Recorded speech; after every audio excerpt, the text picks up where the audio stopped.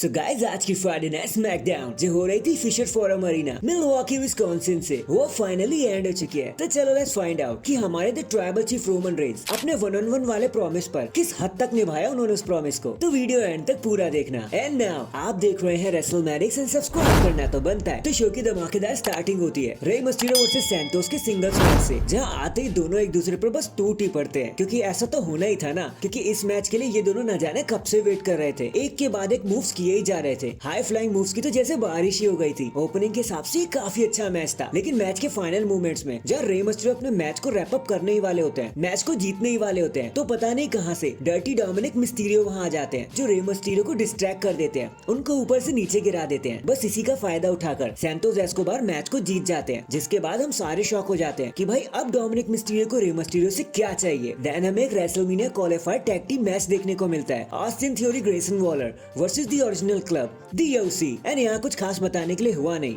बस इन दी and Grayson Waller ने Austin theory की मदद करी और दोनों ने अपनी चालाकी का इस्तेमाल करते हुए द ओरिजिनल क्लब को टाटा बाय बाय कर दिया और मैच जीतकर रेसलमेनिया के लिए क्वालिफाई हो गए। नेक्स्ट हमें एक नॉन टाइटल मैच देखने को मिलता है वुमेन्स की तरफ से, इयो स्काई वर्सेस नायोमी के बीच में, जहाँ नायोमी का कोई चांस ही नहीं था अगेंस्ट इयो स्काई, क्योंकि हमें पता है डैमेज कंट्रोल आजकल कितनी स्ट्रॉन्ग चल रही है। तो फिर एक परफेक्ट मूनशॉट लगाकर इयो स्काई अपने मैच को जीत जाती है। लेकिन मैच के बाद डैमेज कंट्रोल नायोमी पर टूट पड़ते हैं, उन पर अटैक करने लगते हैं, उनको मजा चखाने लगते हैं। पर तभी वहाँ पर बियंका बिलेर आ जाती है, जो अपना प्रॉमिस निभाते हुए बचाने की कोशिश करती है नायोमी को। कुछ देर तक चीजें संभाल भी लेती है, लेकिन नंबर्स गेम तो उनपे भी भारी पड़ जाता है डैमेज कंट्रोल का। उसके बाद सारे फैंस बेली का नाम बुला रहे होते हैं कि बेली प्लीज आ जाओ, लेकिन क्योंकि बेली पहले ही पिट चुकी थी तो वो वहाँ पर नहीं आती। और फिर क्या था, पूरा रैकेज फैलाकर डैमेज कंट्रोल एक स्माइल के साथ एंजॉय करने लगती है और इस सेगमेंट यहीं पर एंड हो जाता है। देन हमें क्लिप दिखाया जाता है जहाँ पर एले नाइट एजे स्टाइल के घर में घुसकर अटैक करने लगते हैं, उन्हें मारने लगते हैं। दोनों के बीच में कड़क फाइट हो जाती है, घमासान मच जाता है, यहाँ तक कि पुलिस वालों को भी वहाँ पर आना पड़ता है।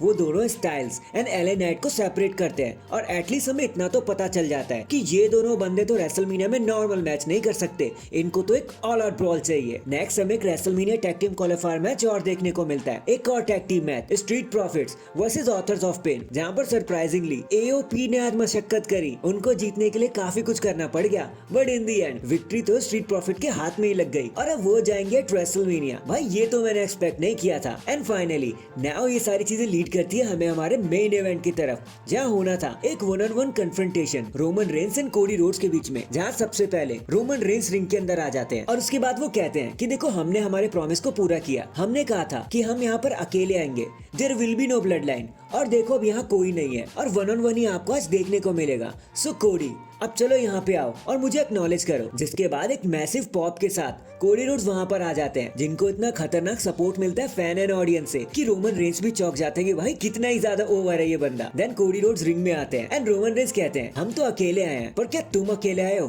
क्या तुम में इतना दम है? तो कोडी रोड्स कहते हैं जैसे तुमने एक मर्द की तरह अपना प्रॉमिस निभाया, वैसे ही मैं भी एक मर्द की तरह अपना प्रॉमिस निभाऊंगा। आई एम ऑल अलोन, मेरे साथ कोई नहीं है। रोमन कहते हैं कि भाई कोडी तुम कितने बड़े इडियट हो, तुमने खुद को सेथ के साथ जोड़ लिया, उसकी टैग टीम में आ गए तुम, वो कब तुम्हें धोखा देगा ना तुम्हें पता भी नहीं चलेगा। भाई वो क्या तेरी शील्ड बनेगा, मैं उसके साथ शील्ड न जाने कब से बना चुका हूँ जब वो स्टार्ट में था, और उसने हमें नहीं छोड़ा तो वो तुम्हें क्या छोड़ेगा, इसलिए तुम एक बहुत बड़े इडियट हो जो तुमने उस पर भरोसा किया। जिसके बाद इसके डिफेंस में कोडी कहते हैं कि मुझे सब पता है भाई कि शील्ड ने क्या किया और शील्ड में क्या हुआ, तुम कितने अनडिफीटेड एंड अनस्टॉपेबल थे, बट याद है तुम्हें सबसे पहले किसने हराया था? चलो मैं एक हिंट देता हूँ, उसका लास्ट नेम रोड्स था। और रही बात सेथ रॉलिंस की कि मैंने उसे क्यों चुना, मैं ऑडियंस से ही पूछ लेता हूँ, आप मुझे बताओ क्या मुझे सेथ पर भरोसा करना चाहिए? तो सारे इस पर हामी भर देते हैं। जिसके बाद कोडी कहते हैं कि देख लिया ना, हमें उस पर भरोसा करना चाहिए, और हु केयर्स रोमन कि अगर वो कुछ करता भी है तो। मैं जानता हूँ मैंने और सेथ ने बहुत लड़ाइयाँ लड़ी है, शायद वो मुझे पसंद ना करता हो, मुझसे नफरत करता हो, लेकिन तुम्हारी तो वो जान लेना चाहता है, तुम्हें जान से मारना चाहता है।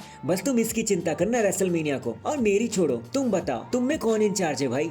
द रॉक पर भरोसा कर सकते हो तुम कि वही सारी घिसी पिटी पुरानी बातें? चलो बस यही है तुम्हारे पास कहने के लिए, लेकिन बस तुम इतना याद रखो मेरे भाई कि यू आर द ग्रेटेस्ट, लेकिन नंबर 2, क्योंकि नंबर 1 पर तो हमेशा मैं ही रहूंगा, रोमन रेंस। रोड्स कहते हैं कि देख मैं जानता हूँ तुम ग्रेटेस्ट बनना चाहते हो इस जनरेशन का, और शायद आगे आने वाली जनरेशन तुम जैसा बनना चाहेगी, बट याद रखना जब भी बात होगी ना कि वो पहला इंसान कौन था जिसने रोमन रेंस को 1300 दिन के बाद हराया, तो ऑटोमेटिकली मैं नंबर 1 बन जाऊंगा। फिर कोडी रोमन को गुड लक विश करते हैं और हैंडशेक करने को कहते हैं, पर रोमन रेंस ऐसा नहीं करते कि भाई मुझे नहीं करना, और रोमन उसके बाद रिंग को छोड़ के जाने लगते हैं। जिसके बाद वो इमीडिएटली उन पे अटैक का प्लान बनाते हैं और एक इशारे के चलते हमने वहां पर देखा कि कैसे solo Sikoa and Jimmy Uso Roman के एक इशारे पर वहां के खड़े हो जाते हैं और रोमन कोडी को कहते हैं कि देख अब तो पिटने वाला है, और वो उन पर अटैक करने की कोशिश भी करते हैं। बट तभी हम देखते हैं कि कोडी रोड्स भी एक प्लान के साथ आए हुए थे और हमें Seth Rollins and Jey Uso वहां पे देखने को मिलते हैं एंड रोमन इमीडिएटली अपने अटैक को वहीं रोक देते हैं और कैंसिल कर देते हैं कि भाई ये लोग यहाँ पे कैसे आ गए। एंड डैंग, इसी स्टेलमेट कंडीशन के साथ हमारी आज की फ्राइडे नाइट स्मैकडाउन यहीं पर खत्म हो जाती है। वैसे आपको आज के शो के बारे में क्या कुछ कहना था कमेंट करके जरूर बताना एंड चैनल पर नया है तो चैनल को जल्दी से लाइक एंड सब्सक्राइब कर दो। बाकी मैं मिलता हूँ आपसे किसी और अपडेट के साथ, तब तक के लिए अपना ख्याल रखें और खुश रहें।